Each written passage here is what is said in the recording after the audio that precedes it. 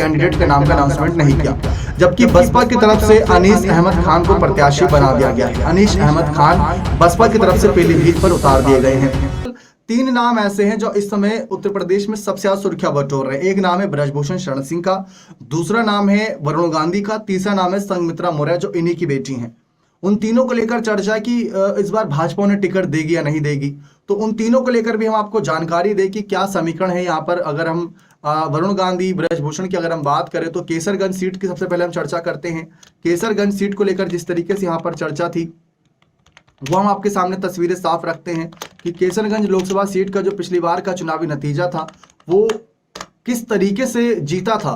क्या कम जीत हुई थी या ब्रजभूषण ने एक प्रचंड जीत हासिल करी थी। तो आप देख सकते हैं कि साल 2009, साल 2014 यानी कि साल 2009 जब यूपीए की सरकार यानी कांग्रेस की सरकार थी तब भी ब्रजभूषण इसी सीट से सांसद चुने गए। साल 2014 में भी जब मोदी सरकार आई, साल 2019 में भी। और जो चुनावी का डिफरेंस था ये आप देखें, ब्रजभूषण शरण सिंह का आप यहाँ पर देख सकते हैं नाम, 5,81,000 वोट उन्हें मिले थे केसरगंज सीट से।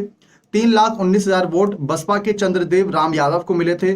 2,61,000 वोटों का डिफरेंस था। मेजोरिटी जो वोट थी यहाँ पर ब्रजभूषण की वो आप देख सकते हैं 5,81,000 टोटल वोट मिले थे और 2,61,000 वोटों का डिफरेंस, बहुत बड़ा डिफरेंस है मोदी लहर में। और यही नहीं, इससे पहले भी अगर हम देखें तो ब्रजभूषण शरण सिंह की एक बहुत बड़ी चुनौती 2014 में मिली थी। तब 78,000 वोटों से ही जीते थे क्योंकि कुछ मामलों में फंसे थे।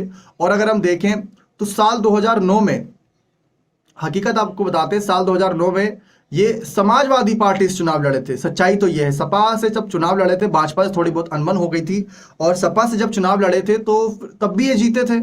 तो ये हकीकत है। तो ब्रजभूषण शरण सिंह एक ऐसे नेता रहे हैं जिनको किसी भी सीट से उतारो और किसी पार्टी के चुनाव चिन्ह से उतारो ये जीतते हैं। अगर ये जेल में भी हैं और इनके परिवार से भी कोई है तब भी ये जीतते हैं।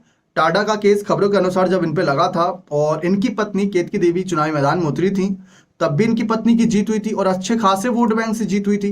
तो ये एक नाम है। अब पीलीभीत सीट से बसपा ने तो कैंडिडेट उतार दिया अपना, लेकिन हम यहाँ पर पीलीभीत सीट से बात करते हैं वरुण गांधी की। तो जो 3 नाम है वो चर्चाओं का विषय इस वजह से है। वरुण गांधी की अगर हम बात करें तो ये सीट इसलिए पीलीभीत इसलिए खास है क्योंकि यहाँ पर पहले स्वतंत्र रूप से यानी कि निर्दलीय यहाँ पर चुनाव लड़ती रही थी मेनका गांधी। साल 1996 जब अटल बिहारी वाजपेयी की सरकार थी, साल 1998 जब अटल बिहारी वाजपेयी की सरकार दोबारा बनी, फिर उसके बाद हम देखें 1999 जब अटल बिहारी वाजपेयी की सरकार यानी भाजपा को लेकर चर्चा थी तब भी मेनका गांधी लगातार जीत रही थी। फिर 2004 की बात कर ले जब यूपीए आई तब भी ये मेनका गांधी ने सीट अपने पास ही रखी। 2009 में अपने बेटे वरुण गांधी को इस सीट से उन्होंने चुनावी मैदान में उतारा था। फिर साल 2014 में मेनका गांधी की वापस से सीट पर एंट्री होती है तब भी ये सीट जीत जाती हैं। फिर वरुण गांधी इस सीट से 2019 में चुनाव लड़ते हैं और इनकी तब भी जीत होती है। अब अगर आप देखें तो बीजेपी के प्रत्याशी का अब तक अनाउंसमेंट नहीं हुआ है। ये साल 2014 की लिस्ट है। कांग्रेस के प्रत्याशी के नाम का अनाउंसमेंट अब तक नहीं हुआ है क्योंकि कांग्रेस ने अभी तक उत्तर प्रदेश की एक भी सीट पर कैंडिडेट का नाम का अनाउंसमेंट नहीं किया, जबकि बसपा की तरफ से अनीस अहमद खान को प्रत्याशी बना दिया गया है। अनीस अहमद खान बसपा की तरफ से पीलीभीत पर उतार दिए गए हैं। पिछली बार सपा बसपा गठबंधन के तहत ये सीट समाजवादी पार्टी खाते की थी और हेमराज वर्मा को इस सीट से कैंडिडेट बनाया और हेमराज वर्मा को वरुण गांधी ने 2,55,000 वोटों से हराया था। वरुण गांधी को 11,87,000 वोटों में से 7,04,000 वोट मिले थे। इसके बाद साल 2014 की अगर बात करें जब मेनका गांधी लड़ी थी इस सीट से तो मेनका गांधी की जीत 3 लाख वोटों से हुई थी। ये आप देख सकते हैं, उनको 5,46,000 वोट मिले थे, जबकि सपा बसपा और कांग्रेस सबने अपने अपने कैंडिडेट उतारे थे। तो सपा का इस सीट पर अच्छा खासा माहौल था। तो ये एक तरीके से इस सीट के चुनावी नतीजे हैं। 2009 के अगर आम चुनाव की बात करें तो यहाँ पर कई सारे स्वतंत्र ऐसे कैंडिडेट्स जो उतरे थे। आप ये लिस्ट देख सकते हैं कितनी बड़ी लिस्ट है, लेकिन यहाँ पर वरुण गांधी ने 4,19,000 वोट प्राप्त किए थे। बाकी कैंडिडेट का आप देख सकते हैं और वरुण गांधी की जीत 2,81,000 वोटों से हुई थी, जबकि 2004 में इस सीट पर मेनका गांधी ने 2,55,000 वोट हासिल करे थे और 1 लाख वोटों से अधिक जीते थे। अब तक तो लाखों में ही बात हो रही है, इससे नीचे कहीं आया नहीं। और अगर हम बात करें 1999 की तो मेनका गांधी स्वतंत्र रूप से यानी किसी पार्टी के चुनाव चिन्ह से नहीं अपने दम से लड़ी, तब उनको 2,39,000 वोट मिले। तो इतनी आसानी से मेनका गांधी और वरुण गांधी को इस सीट से दूर करना भाजपा के लिए बहुत मुश्किल रहेगा। अगर हटाती भी है तो बहुत चर्चाओं का विषय रहेगा, क्योंकि कहा यह जा रहा था कि वरुण गांधी को किसी और सीट से उतारा जा सकता है या तो फिर अदला बदली हो सकती है, यानी मेनका इस सीट से वरुण सुल्तानपुर सीट से, वो एक चर्चा का विषय था।